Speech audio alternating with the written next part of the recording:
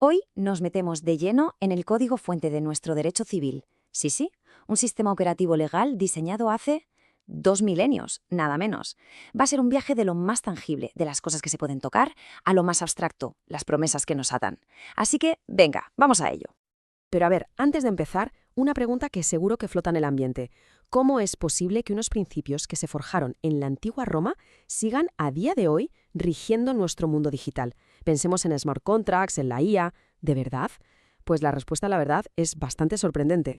Y es que, a ver, el derecho romano no es una pieza de museo, ni mucho menos. Es la arquitectura que está por debajo de todo. Es literalmente el ADN de conceptos que usamos todos los días: propiedad, obligación, consentimiento. Cada vez que se aceptan los términos y condiciones de una app, en el fondo se está ejecutando un programa con una lógica que tiene raíces profundísimas en Roma. Vale, este va a ser nuestro plan de viaje. Primero, los cimientos del derecho moderno, para tener la base. Luego, nos metemos en el mundo de las cosas. De ahí saltamos a algo más abstracto, el vínculo jurídico, las obligaciones. Después, veremos cómo se crean esos vínculos con los contratos como protagonistas. Y para terminar, la anatomía de un contrato. Vamos, que lo abrimos en canal. Empezamos por los cimientos. Y quiero insistir en esto. No estamos hablando de historia antigua, de algo polvoriento. Las compilaciones de Justiniano no son un texto para leer en un museo. Son, en esencia, el manual de instrucciones. Es el lenguaje base que cualquier jurista necesita para entender el sistema legal en el que nos movemos hoy. Y vamos a hacer como hacían los propios juristas romanos. Empezar por lo más básico, lo más fundamental. El primer elemento sobre el que el derecho puede actuar, el mundo de las cosas. Bien, ¿y qué es una cosa? Para los romanos, una res, que es como la llamaban, no era simplemente un objeto físico. Ojo, porque el concepto es súper amplio.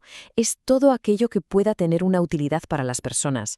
Y era una idea tan potente que ya entonces distinguían entre las res corporales, lo que se puede tocar, vamos, y las res incorporales, que son los derechos, lo intangible. Una distinción que a día de hoy nos permite hablar con total normalidad de la propiedad de un software o de un paquete de datos, por ejemplo. Vale, y sobre esa cosa, sobre esa res, el derecho más completo, el poder más absoluto que se puede tener es la propiedad. Y no se trata solo de tener algo, de poseerlo, no, es la facultad de usarlo, de disfrutar de sus frutos y, esto es lo crucial, de disponer de esa cosa, o sea, venderla, cambiarla o incluso destruirla. Es el control total, de verdad. Ahora la cosa se pone interesante cuando vemos cómo se adquiere esa propiedad. Y una de las formas es la accesión. El principio es de una lógica aplastante y a la vez súper elegante. Lo accesorio sigue a lo principal. El ejemplo de manual es el de una rueda que se pone en un carro. Pues bien, el dueño del carro pasa a ser el dueño también de la rueda. Si traemos eso al mundo de hoy, pensemos en un módulo de software que se integra en una plataforma más grande. El dueño de la plataforma se hace dueño de todo el conjunto. Como se puede ver, una lógica que sigue totalmente vigente. Venga, pues ahora damos un salto. Dejamos el mundo físico de las cosas y nos metemos de lleno en el universo abstracto de las relaciones entre personas. Pasamos de hablar de lo que se tiene a hablar de lo que se debe. Entramos en el terreno de la obligación. Fijaos en esta definición, que viene directa de las instituciones de Justiniano, porque es brutal. La obligación, la obligatio, es un vinculum iuris, un lazo de derecho. La metáfora es que es increíblemente visual y precisa. Es una atadura, un lazo legal que une a dos personas y que constriñe, es decir, que obliga, que fuerza a una de ellas a cumplir algo para la otra. Y claro, todo lazo necesita como mínimo dos extremos y algo que los una. Pues en derecho esto se traduce en los tres elementos esenciales de cualquier obligación. Por un lado, el sujeto activo, que es el acreedor, el que tiene derecho a exigir. Por otro, el sujeto pasivo, el deudor, que es quien tiene el deber de cumplir. Y en medio, el objeto, que es la prestación, o sea, el acto concreto que hay que realizar. Ese acto, la prestación, los juristas romanos lo dividieron en tres grandes grupos, súper claros. El primero es dare, dar, transferir la propiedad de algo. El segundo, prestare, que es un poco más sutil, procurar el uso o el disfrute de algo. Pensemos en un alquiler, por ejemplo. Y el tercero es facere, que es un poco el cajón desastre donde entra todo lo demás. Hacer algo, o incluso no hacerlo, como podría ser hoy una obligación de confidencialidad o un acuerdo de nivel de servicio en un contrato tecnológico. Vale, perfecto, ya tenemos claro que es una obligación, pero la pregunta es, ¿de dónde salen? ¿Cómo nacen estos lazos jurídicos? Pues la fuente principal, la forma voluntaria por excelencia para crearlos, es el contrato. Y aquí está la clave de todo. No cualquier acuerdo de palabra es un contrato. Un contrato es un tipo muy específico de pacto. Es una convención que tiene un objetivo muy claro, generar una obligación que se pueda exigir legalmente. Es, en definitiva, un acuerdo de voluntades que tiene consecuencias jurídicas.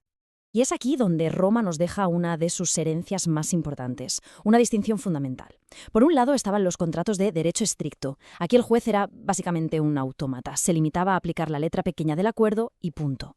Pero por otro lado estaban los contratos de buena fe, que fueron toda una revolución. Aquí el juez sí podía interpretar, podía buscar cuál era la intención real de las partes, buscar la equidad. Esta dualidad sigue definiendo nuestro derecho a día de hoy. Solo hay que pensar en la diferencia entre un contrato financiero súper rígido y un acuerdo de colaboración entre empresas, mucho más flexible. Bueno, pues llegamos a la recta final. Ahora toca coger el contrato, ponerlo en la mesa de operaciones y diseccionarlo. Vamos a ver qué elementos son absolutamente indispensables para que sea válido, para que ese famoso lazo jurídico se forme como tiene que ser. Para que un contrato no solo exista, sino que sea válido, los romanos tenían muy claro que hacían falta 4 elementos. Tenían que estar los 4 sí o sí. Primero, el consentimiento, que tenía que ser libre, sin vicios. Segundo, un objeto válido, o sea, posible y legal. Tercero, la capacidad de las partes, que quienes firmaran pudieran hacerlo. Y cuarto, una causa lícita, un motivo justificado para esa obligación. De esos 4, el consentimiento es el motor, es el corazón del contrato. Pero, ¿qué pasa si alguien se equivoca? Bueno, pues los romanos aquí eran muy finos. Distinguían si el error era sobre algo secundario, el contrato valía. Pero si el error era sobre la sustancia misma de la cosa, lo que llamaban error in substancia, como comprar un lingote de cobre pensando que es de oro puro, entonces se consideraba que no había habido consentimiento real, y el contrato era nulo, no existía. Luego está el objeto del contrato, es decir, a qué se obliga el deudor.